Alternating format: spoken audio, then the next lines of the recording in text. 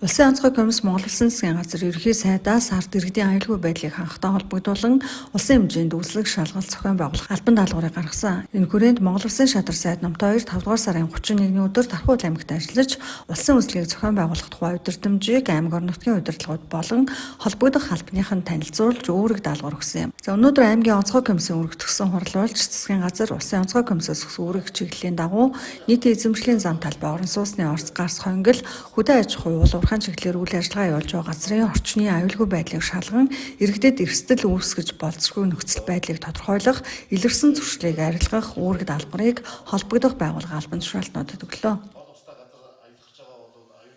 За өнөөдөр өглөө Улсын онцгой комиссийн өргөдгсөн хуралдааныг 21 аймаг 9 дүүргээр зохион байгуулагдлаа. За энэ хурлын дараагаар аймгийн онцгой комиссийн хурлыг өргөдгсөн хэлбэрээр зохион байгууллаа бид нар.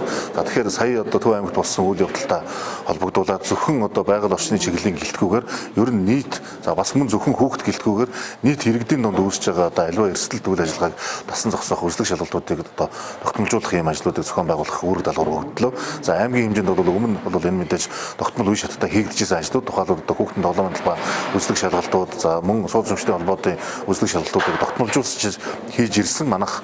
Тийм учраас эдгээр ажлуудыг үргэлжлүүлэн дахин нягтлан зохион байгуулах ажлуудыг үүрэг болгож онцгой комиссийн хурлаараа шийдвэр гаргаж тодорхой байгууллагуудад үүрэг өглөө. За 14 хоногийн дараа бид нар үр дүн дээрээс суурилж ямар арга хэмжээг авч хэрэгжүүлэх вэ гэдгийг бас үе шаттайгаар хэрэгжүүлэх болно гэдгээ хэлье. За иргэдэд дуулах нэг зүйл нь бол Тархуул аймгийн хэмжээнд эрсдэл дархан гэдэг аппликейшн ажилладаг. Тэгэхээр энэ аппликейшнаар дамжуулаад өөрийнхөө орчинд байгаа мөн энэ эрсдэл болох хүйц гэж дүгнсэн ийм мэдээллүүдийг манай аймгийн онцгой комиссд ирүүлэхийг хүсэж байна. Та бүхний ирүүлсэн хүсэлтийн дагуу бид нар хянж үзэн шалгалтын ажиллагаа явуулаад тэгээд шаардлагатай арга хэмжээнүүдийг авч ажиллах болно гэдгээ хэлье. Мэдээж бүх зүйлүүдийг нэг дор шатахгүй ч гэсэн бид нар өөрсдөө байгаа хамгийн ихний ээлжинд онцгой комиссоос хөрөнгө гаргаж шийдвэрлэх ажлуудаа бол үе шаттай эренбилж байгаад зохион байгуулж хийхээр болж байна. За ер нь цаашдаа эдгээр ажлуудыг хийхин тулд аймаг орнуудыг улсын төсвийн хөрөнгө оруулалт хийх учраас эх жилүүдийн төсвийн саналууд дээр эдгээр ажлуудыгаа бол үе шаттайгаар суулгаж явуулъя гэсэн юм бодолтой байна.